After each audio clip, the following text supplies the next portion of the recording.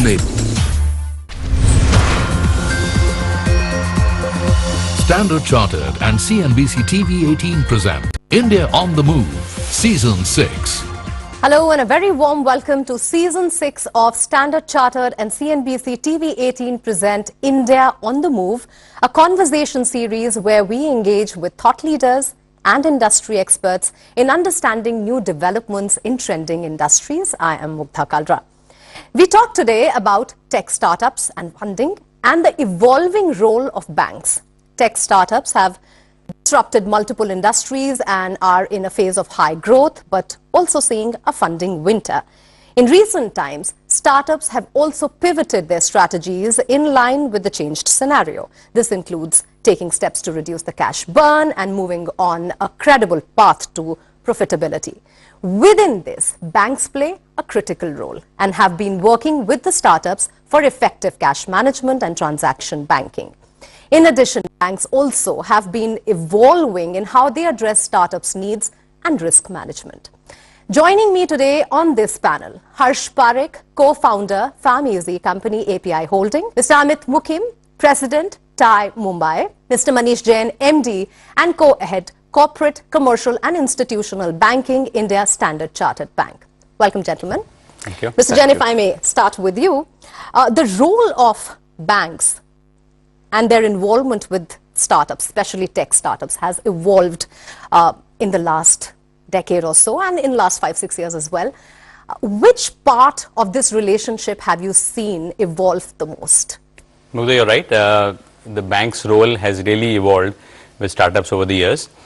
To start off, banks were really focused on creating digital, customized, tech-based collections and payments, transaction banking solutions for some of these companies, especially for B2C startups, which have high transaction volumes and reconciliation needs. This is what I would call the phase 1 of banks' involvement with startups.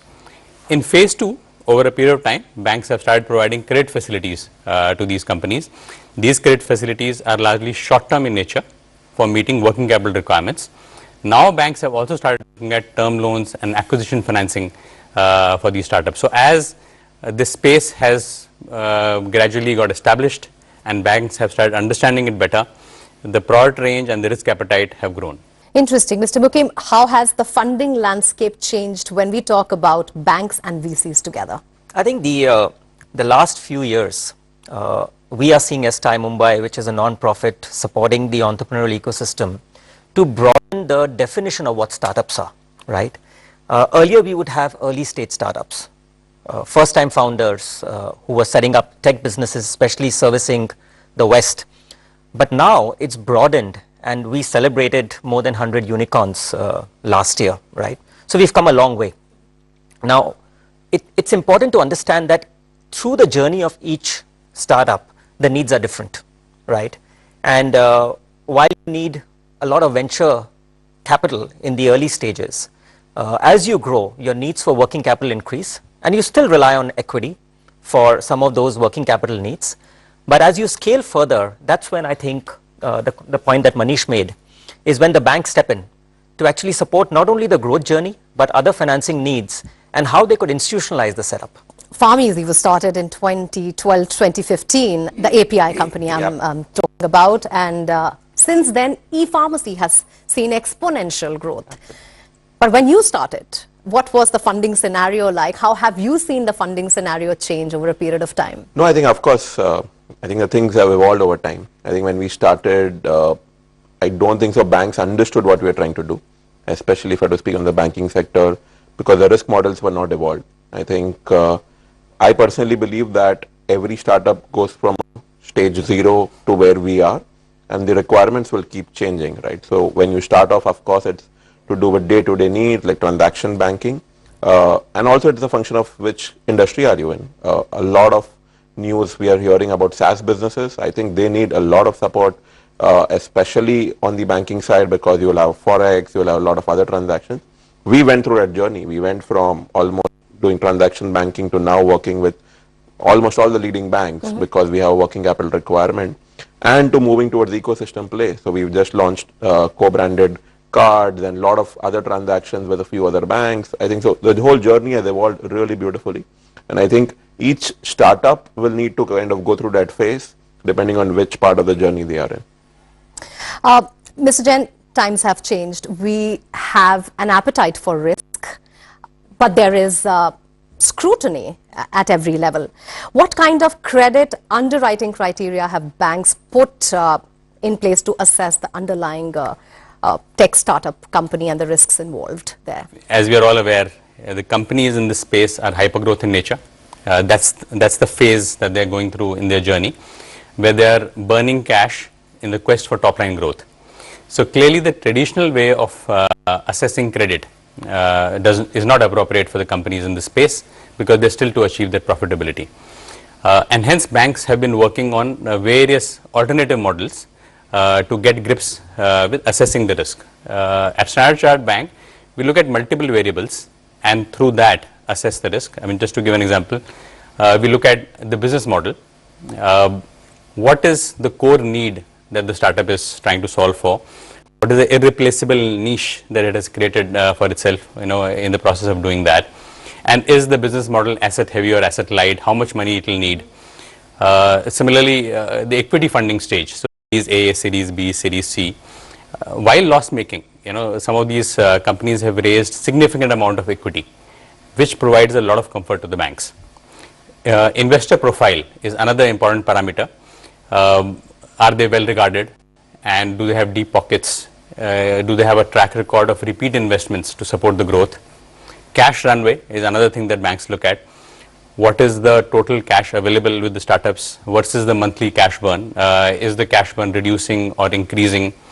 What is the ability and the timing of the next equity raise? Again, the cash throughput through the account that the startup has with the bank versus the credit limits. So if you look at some of these parameters are very different from the parameters that we have in the traditional companies, and that is what banks are getting to. When we speak of accessing finance, how are Indian banks helping startups? What has your experience been working with so many companies and so many VCs as well? And do you see them aggressively helping the Indian startup and entrepreneurs, to say, in India? The short answer is no. I think we have a long way to go, and there are reasons for this. The entire definition of what a startup is very recent to the Indian diaspora, right? Shark Tank raised the awareness of what a startup and entrepreneurship is at every household last year, right? Before that, we didn't even know. When we speak to startups, I think both on the banking side and on the startup side, there's a lot more awareness that needs to be created. Startups usually do not look at banks as the first point of funding.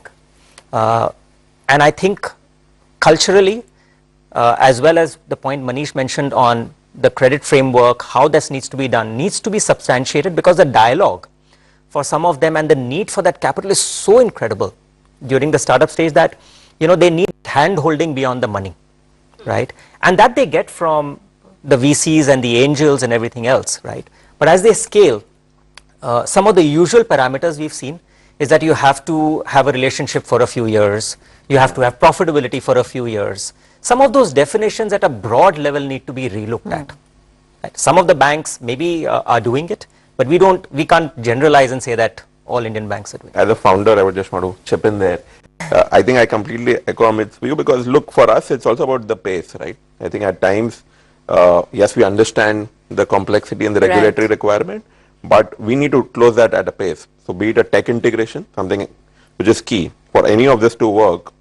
The challenge here is, while yes, there is intent, but I think the technology systems are also evolving. And I think that's a big shift which is happening and which will still take time, right? So when our tech team starts speaking to the bank tech teams, it takes time, apart from, I think, the other challenges which I think we've already covered. So I was just going to ask you that, as a startup founder, what has your experience been while approaching VCs independently and versus approaching them via banks? Of course, I think VCs give a lot of flexibility, and but as I think someone who's kind of gone through a journey, of course, banks are the cheapest source of funding out there.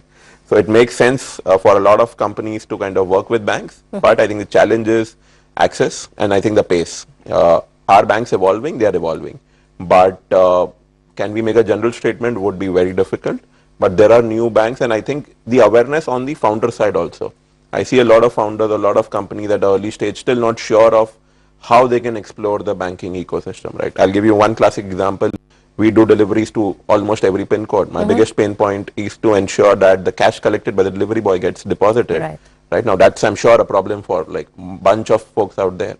It took time for the industry to evolve to that reconciliation, and I think we've gone there. But as a founder or as companies, are they aware that these solutions are there? Maybe if you guys are building it in-house, which I'm sure banks today have these capabilities, and that awareness on both sides, I completely echo Amit's view that if that awareness on both sides, it can just help a lot of people in the ecosystem. I think one of the areas where banks are adding and can add a lot of value is especially SaaS-based and tech startups that are servicing international markets. Harsh just mentioned, And you know, they need that support, especially when they are looking at clients across the world, because that's where the traditional equity-based models don't work, right? And some of these clients also get comfort that if you are partnering with a reputed institution back in India, it tells a lot about the stability of the company itself. So it's mutually beneficial there. I think just to add, I think the compliance part of it, right? Most companies today raise foreign capital. I'm sure there's a bunch of compliance which need to be done. I think those are steps where banks have really helped us, and I think continue to help, because as a young company, these are things which we are not aware of, and we don't want to spend time on doing regulatory stuff. I would rather be spending my time and energy on solving the issue at hand. So I think those are areas where banks have really helped, but I think that awareness can really go up. Well, let's stop here for a quick break. But when we come back, we look at the new trends, best practices perhaps, and also deliberate on the way forward for tech startups amidst the slowdown in funding. Stay with us. Standard Chartered and CNBC TV18 present India on the Move, Season 6. Welcome back. You're watching Season 6 of Standard Chartered and CNBC TV18 present India on the Move, where we're talking about the evolving landscape of tech startups funding. Before we took a break, we were talking about some of the roadblocks and challenges, but in the current economic scenario where we are seeing a slowdown in funding, what is your view on what are some of the classic challenges that startups are facing, and why is that happening?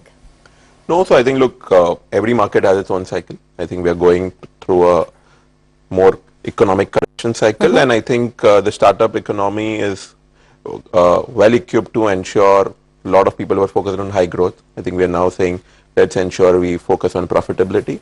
Has the ecosystem and alternative sources of financing have evolved, right? So venture debt, a lot of bridge financing is now available. Everyone is fairly cautious on the equity side. But I think a lot of alternate options have evolved, and the good companies are still getting funded, because good capital will always be available, and I think that is not an issue. Of course, banks being the preliminary lender are playing more cautious, and you will see some sort of challenges, but I think they've been practical enough. As Manish explained, I'm sure the risk frameworks have evolved, and if it's a company funded by good quality equity investors, we're not seeing any challenges. And I'm sure there are no much challenges on the early stage. I think a lot of noise about this is also for growth startups and not for early stage. Capital is available. And I think a lot of alternate sources, right? Venture capital, even banks have come up with far more innovative solutions in terms of bridge financing and all of that. So I think the whole financing model has evolved, and I think founders have also evolved to kind of be flexible with respect to the different options available on the table. Taking that thread forward, Mr. Jain, from a bank's point of view, what do you see as some of the roadblocks that come in startups' journey? And when you are consulting with them, you're also looking at where in their journey are they? As Harsh mentioned, startup, when they're starting the growth phase, it's perhaps easier, but when you are progressing, there are several challenges. And Amit also mentioned from that point of view that at every stage, perhaps there is a need for hand-holding. How does the bank come in at every stage of a startup's journey? So when a startup is just starting off, clearly they need a bank to digitize their collections and payments and make it efficient. Their bandwidth is constrained. They're really focused on business growth, so they want a bank to take care of all their collections and payments, reconciliation needs, and the works. Similarly, regulatory aspects. When they are raising equity, they need to be sure that they are in compliance with regulations. When they are going overseas, it is very critical to understand the local market regulations in some of these countries where banks play a significant role. There are several other areas where banks can support them. One is giving them access to a new source of funding. A lot of startups going forward will access debt capital markets, where they'll go for high yield bonds or term loan B issuances, where banks can support them, and that will be a very important source of funding. In this journey, startups also have to make a transition. In the initial phase, when they are dealing with equity, the conversation on the business plan is largely on upside generation. When they switch to banks, the conversation on business plan is also on downside protection, and I think that is a switch that startups also need to make to be able to get the banks comfortable, and this is what is happening. So both banks and startups are now understanding each other, because they realize that in this journey banks are a critical partner. Do you see that as well, and what are some of the trends that now we are looking at in times to come? No, I agree with Manish, and I'll link what Harsh mentioned. You see, what has happened is there are two things that have taken place. While the financing availability and the conversations have become more rigorous and stringent, right? It also implies that people are looking at the operational strength and the cash flows, which links back to what Manish is talking about, right? So naturally, and that is also happening with the maturity of the startup ecosystem. Today, if you have 100 unicorns and if you have 110 sunicorns, right, with a combined valuation of $400 billion, right, which was not there 5 years ago, suddenly the space attracts a lot of attention. That's one. Second is, you know, when Harsh was talking about the financing and, you know, what's really happening there, we see a lot of domestic financing coming in. Many funds are raising money from domestic markets as much as they were tapping the international markets, right? So a lot of localization is taking place. The startups today understand that the conversations they need to have is as much around growth and cash flow and sustainability as much about hyper growth and valuation and the big dream, right? Which is where I think, you know, when Manish talked about how banks are coming in and having those conversations becoming relevant. We are seeing the Indian economy still being resilient in spite of what is happening, you know, around the world. In this context, what are some of the trends that you are going to see, and of course your closing comments? So clearly, I think going forward, what I see is that the space of startups, which has disrupted most of the sectors, is going to become an important part of the economy. It's already become part of our daily lives. As they become bigger and towards profitability, they'll be accessing the full range of products of banks. I spoke about digital transaction banking solutions and working capital. They'll remain top of the pile. But the banks will also access debt capital markets. There will also be requirements for M&A advisory. As startups start looking at acquiring other startups or brick and mortar companies, and the other way as well, where brick and mortar companies will start evaluating acquisitions of startups. Many companies will go overseas, as we mentioned. So clearly the trend has set in, and this is only going to keep growing in the future. Mr. Mookim? You know, and when we meet some of these entrepreneurs in TiE, while entrepreneurship is a choice, the lack of choices make you resilient, right? The last 2 years, we've seen a lot of struggle, to be honest. And, you know, we think that while we are seeing so much of exuberance, the reality check is that I think we need to improve both our hard and soft infrastructure in India if we want to get the best, because I see still a lot of energy being dissipated in things that could have been avoided and focused on business and growth and you know, spending that time in actually innovating and being with people. I think India as a country, I completely agree with you, Harsh. We will grow. we have the best decade in front of us. I think we'll realize it much better if all of us play that role in making setting up a business, running a business easier than it is today. Any ask from the industry and nuggets of gyan for the others in the space? No, I think from the industry, I think on the banking side, I think what I personally believe is that if we have ecosystem place, right, because if you have a healthcare expert or a financial service, I think that really helps. If you look at how VCs are versus banks, today VCs have a sector expertise. I think if banks can evolve to that, it'll just help a lot of startups, right? You get the best practices of the industry. You understand because the problems are then common. I think that's one key ask, at least whenever I speak to banks. If that can evolve into a very structured way, few banks are doing it, new banks are coming in. And I think for entrepreneurs, I'm sure it's a tough time, but I'm sure we'll pass this, and it's, I think, ruthless execution and prioritization. So it just boils down to that. On that wonderful note, thank you, gentlemen, for taking out time and for those interesting deliberations and, of course, insights and observations. And thank you all for being a great audience. You were watching Season 6 of Standard Chartered and CNBC TV18 present India on the Move.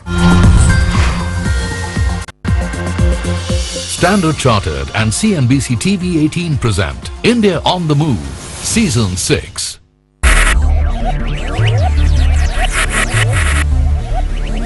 Focus, ideate, innovate, enable.